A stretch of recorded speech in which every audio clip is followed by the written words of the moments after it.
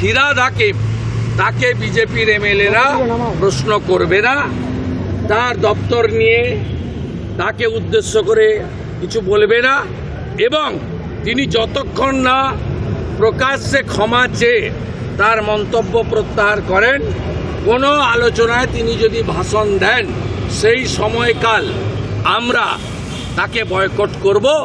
তার বাইরে আমরা সমস্ত বিষয়ে আলোচনায় অংশগ্রহণ করে আমাদের মতামত নথিভুক্ত করি, ভবিষ্যতেও আমরা সেটা করব। মাননীয় মুখ্যমন্ত্রী যিনি বিধানসভাকে দশকর্মা ভাণ্ডারে পরিণত করেছেন, সকালবেলা দাঁত মাজতে মাজতে মনে হয়েছে আজকে আমি যাব, এপাং ওপাং ঝপাং করব, তা কেউ জানে না, অপোজিশনের কেউ জানে না, প্রায়ের ইন্টিমেশন নেই।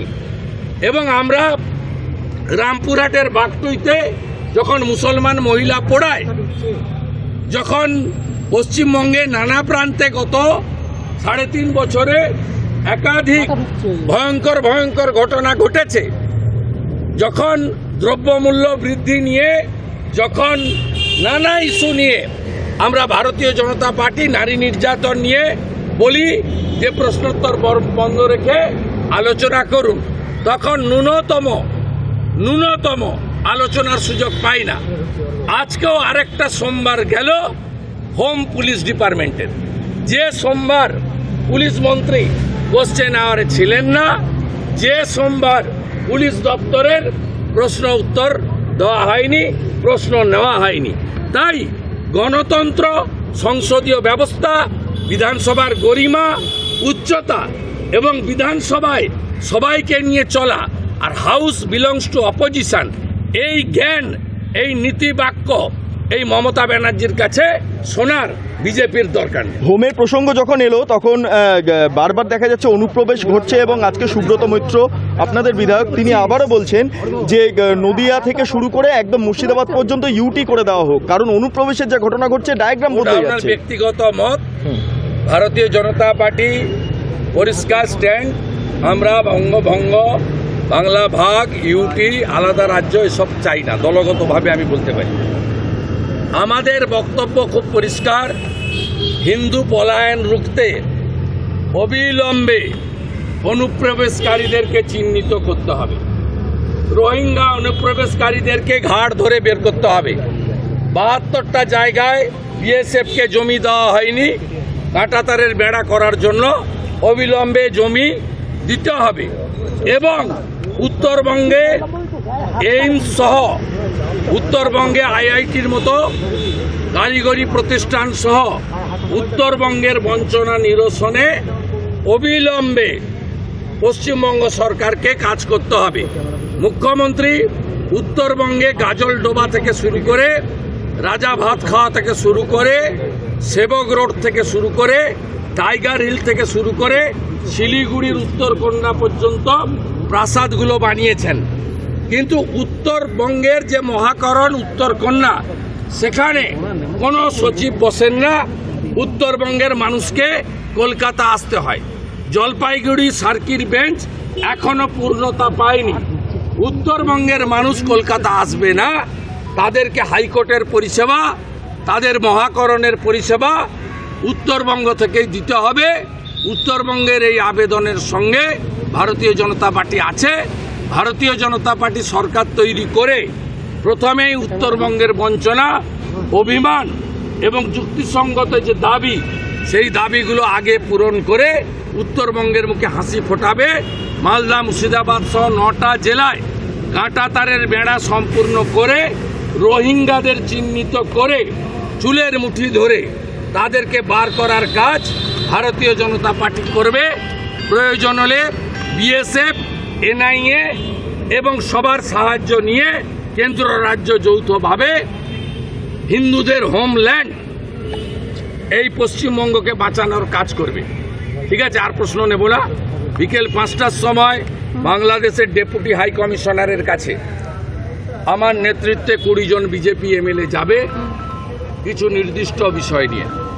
সম্প্রতি ভারত বিরোধী স্লোগান নিয়ে আমরা কিছু তথ্য, ভিডিও, সিডি নিয়ে আমাদের ডেপুটি হাই কমিশনারের হাতে দেব। তাদের চিহ্নিত করে যাতে ব্যবস্থা না হয় সেই দাবিতে। ওইখানে বাকিটা বলবো, ঠিক আছে? একটা বিষয়, এটা কি এই যে আমাদের লেজিসলেচার পার্টির মিটিং, অনুপ্রবেশকারীদের এই বিষয়টা কি ওইখানে ঠিক আছে। মালতী রাভা রায়, বিশাল লামা এবং অন্যান্য যারা আছেন তারা প্রত্যেকেই প্রস্তুতি নিয়ে এসেছিলেন বলার জন্য। কিন্তু আপনি জানেন যে মাননীয় অধ্যক্ষ তিনি, আমি বলতে সরি টু সে, এর জন্য প্রিভিলেজ করলেও আমার কোনো আপত্তি নেই, যে তিনি তৃণমূলের স্পিকার না বিধানসভার স্পিকার। আপনারা দল বদলের ঘটনা, এখানে তো 10th শিডিউল কার্যকর হয়নি, বারে বারে বলেছি আমরা। আজকে লজ্জার মাথা খেয়ে আমাদের যে প্র্যাকটিস আছে সেই প্র্যাকটিসে হচ্ছে আমরা 60 মিনিট পাবো। আমরা আমাদের কাছে যখন আগে মনোজ টিগ্গাজি ছিলেন, এখন শঙ্কর ঘোষ আছেন, নওশাদ সিদ্দিকী সাহেব যখন টাইম চান আমরা টাইম দিয়ে আমাদের দেওয়া টাইম থেকে।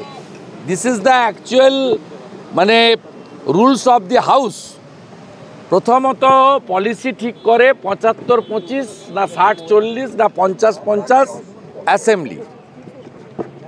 2021 সালের পরে প্রথম যে অল পার্টি মিটিং এবং প্রথম যে বিএ কমিটির মিটিংয়ে আমরা অ্যাটেন্ড করেছিলাম, যখন পিএসসি নিয়ে সিদ্ধান্ত হয়নি তখন 60-40 ছিল। আমরা অধ্যক্ষ এবং শাসক দলকে ধন্যবাদ দিয়েছিলাম।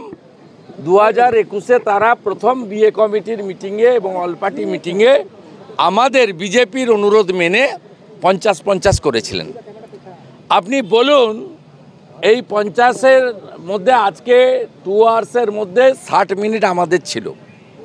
তো সেই 60 মিনিটের মধ্যে অপোজিশনের কে বলবে, এটা শাসক দল বা স্পিকার ঠিক করতে পারেন না।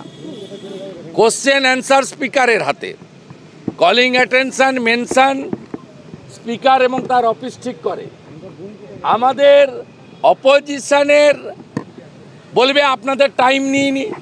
কিন্তু আমরা জানতে চাই যে সুমন কাঞ্জিলালকে নিয়ে মমতা ব্যানার্জি লোকসভায় নির্বাচনে একাধিক মিটিং করেছেন, তার ভাইপো মিটিং করেছেন, গলায় জোড়া ফুলের প্রতীক চিহ্ন লাগানো উত্তরীয় বা অঙ্গবস্ত্র পরিয়েছেন, তাকে আজকে বিধানসভায় বিজেপির সদস্য হিসেবে বলছেন।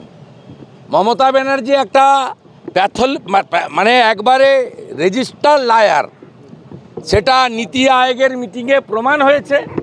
আমি নীতি আয়োগের মিটিংয়ে ভারতীয় জনতা পার্টি বা কেন্দ্রীয় সরকারের প্রতিনিধিদের কথা ছেড়ে দিলাম। নীতি আয়োগের যে সিইও আছেন তিনি ব্যুরোক্র্যাট, তিনি কোনো দলের লোক না। তিনি মমতা ব্যানার্জির মিথ্যাচার, ভণ্ডামি, ড্রামা, নাটক সব ফাঁস করে দিয়েছেন মানুষের কাছে। আজকে মমতা ব্যানার্জি তিনি যে সকাল থেকে রাত্রি একটা সত্যি কথা বলেন না, আবার প্রমাণ করলেন যে সুমন কাঞ্জিলাল তিনি তো ভারতীয় জনতা পার্টির নির্বাচিত বিধায়ক। আমাদের বিধায়করা বাধ্য হয়েছে এই অগণতান্ত্রিক, অবৈধ এবং এই রকম সুযোগ সন্ধানী সিদ্ধান্তের প্রতিবাদ করতে। প্রতিবাদের রাস্তা কি? অ্যাসেম্বলির ভিতরে মারামারি করবেন? প্রতিবাদের রাস্তা কি? অ্যাসেম্বলিতে স্লোগান শাউটিং করবেন? করেছেন, বাধা দিয়েছেন, বোঝানোর চেষ্টা করেছেন, করেননি। সেক্ষেত্রে আমাদের বাইরে বেরিয়ে এসে বলা ছাড়া কোনো রাস্তা নেই। কারণ পশ্চিমবঙ্গ একমাত্র বিধানসভা যেখানে লাইভ ভিউ হয় না। পশ্চিমবঙ্গ একমাত্র বিধানসভা যেখানে ইলেকট্রনিক ভোটিং মেশিনে ভোট হয় না। 26 সালের পরে ডিলিমিটেশনে 294টা বেড়ে 300 হয়ে যাবে। 1/3 মহিলা রিজার্ভেশন হবে। এই সরকার, এই মুখ্যমন্ত্রী, তার কোনো পরিকল্পনা নেই যে 300 এমএলএকে নিয়ে 1/3 মহিলা এমএলএ আসবেন, 26-এর পরে কোথায় বসাবেন। স্বাভাবিকভাবে মুখ্যমন্ত্রী আলোচনায় অংশগ্রহণ করা, বঙ্গভঙ্গ ইত্যাদি নিয়ে যেটা বলেছেন তার সঙ্গে বাস্তবের কোনো মিল নেই। উনি বিএসসি আজকে Rahul Gandhi leader of opposition হয়েছে, তার সম্মান তার মর্যাদা কিভাবে নরেন্দ্র মোদীজির নেতৃত্বে সংসদীয় পরম্পরাকে মেনে দিচ্ছেন, আজকে দয়া করে অধ্যক্ষ এবং লিডার অফ দ্য হাউস এইটুকু শুধু দেখুন। আমরা চাই না এই লিডার অফ অপোজিশন সরকারের গাড়ি নেয় না, এই লিডার অফ অপোজিশন সরকারের অ্যাকোমোডেশন নেয় না, অতএব আমার এগুলো প্রয়োজন নেই। কিন্তু এই কথাবার্তাগুলো উনি বন্ধ করুন। উনারা ভবিষ্যতে বিএ কমিটিতে এনে 169-এর অন্তর্ভুক্ত যে কোনো বিষয় আনতে পারেন। ভারতীয় জনতা পার্টি আলোচনায় অংশগ্রহণ করবে। ভারতীয় জনতা পার্টি তাদের মতামত এবারে নিট নিয়ে রেখেছে। এর আগে পশ্চিমবঙ্গ দিবস, বিএসএফের বিরুদ্ধে রেজুলেশন, ইডি সিবিআইয়ের বিরুদ্ধে রেজুলেশন, একাধিক বিষয়ে আমরা আমাদের মতামত রেখেছি। অনেক জায়গায় ডিভিশনও আমরা চেয়েছি। আগামী দিনে 31 এবং 1 তারিখে হাউসে ন্যায় সংহিতা বিল নিয়ে যে অবৈধ রেজুলেশন ওনারা প্রোগ্রামে দিয়েছেন, তারও বিরোধিতা ভারতীয় জনতা পার্টি হাউসের ভিতরে করবে। আমাদের স্ট্যান্ড খুব ক্লিয়ার। দাওয়াতে ইসলামের ডাক দেওয়া ফিরাদ হাকিম, তাকে বিজেপির এমএলএরা প্রশ্ন করবে না। তার দপ্তর নিয়ে তাকে উদ্দেশ্য করে কিছু বলবে না, এবং তিনি যতক্ষণ না প্রকাশ্যে ক্ষমা চেয়ে তার মন্তব্য প্রত্যাহার করেন, কোনো আলোচনায় তিনি যদি ভাষণ দেন, সেই সময়কাল আমরা